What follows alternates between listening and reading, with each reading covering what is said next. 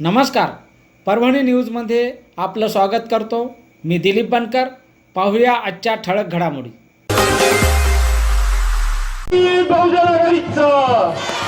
आदरणीय बाळासाहेब आंबेडकरांचं आपल्या गावामध्ये सर्कलमध्ये आगमन झालेलं आहे. तरी सुद्धा सर्वांना मी पुनश्च एकदा विनंती करतो, आदरणीय बाळासाहेब आंबेडकर मागे पडाव. वंचित बहुजन आघाडीचा सर्वांना विनंती कर. चला सगळे खाली थांबा. आता चला बाजूला सरका.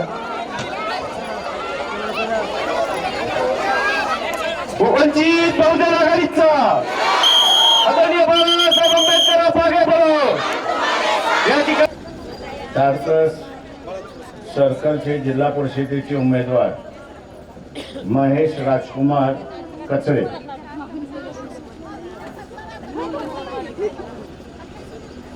गणाचे उमेदवार संतोष सकाराम कांबळे, कुळकस चे उमेदवार शेख गफार शेख चांद.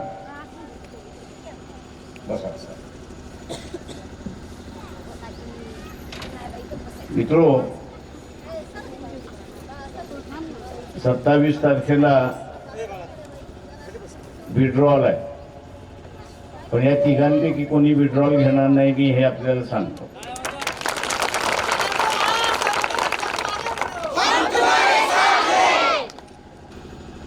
आता राजकारणामधली असणारी एक चुरस लागली आहे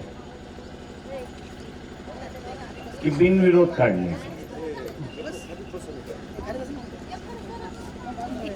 मध्यंतरी आम्ही असणाऱ्या इलेक्शन कमिशनला पत्र लिहिलं की ज्या ज्या ठिकाणी बिनविरोध झालेला आहे तिथे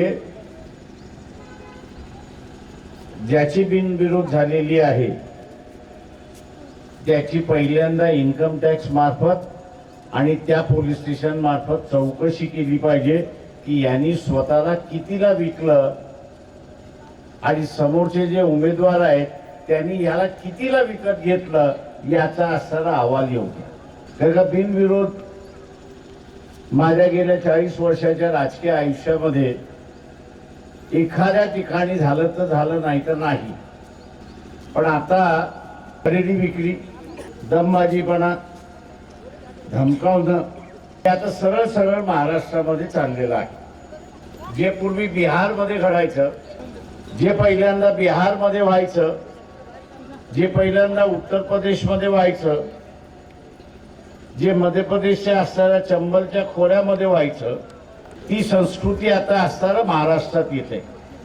आणि ते आणणारे कोण आहेत तर सगळ्यात मोठा पक्ष हा असणारा भारतीय जनता पक्ष आहे, हे आपण लक्षात घ्या. त्यांनी सांगितलं की आमचं राजकारण सगळ्यांपेक्षा वेगळं. आता त्यांचं चारित्र्य दिसायला लागलं की सगळ्यांपेक्षा वेगळं म्हणजे काय की दमबाजीचं राजकारण, विकत घेण्याचं राजकारण. आणि याचबरोबर हे बातमीपत्र संपलं. पुन्हा भेटूया पुढील बातमीपत्रात. शहरातील ताज्या घडामोडी जाणून घेण्यासाठी पाहत राहा परभणी न्यूज.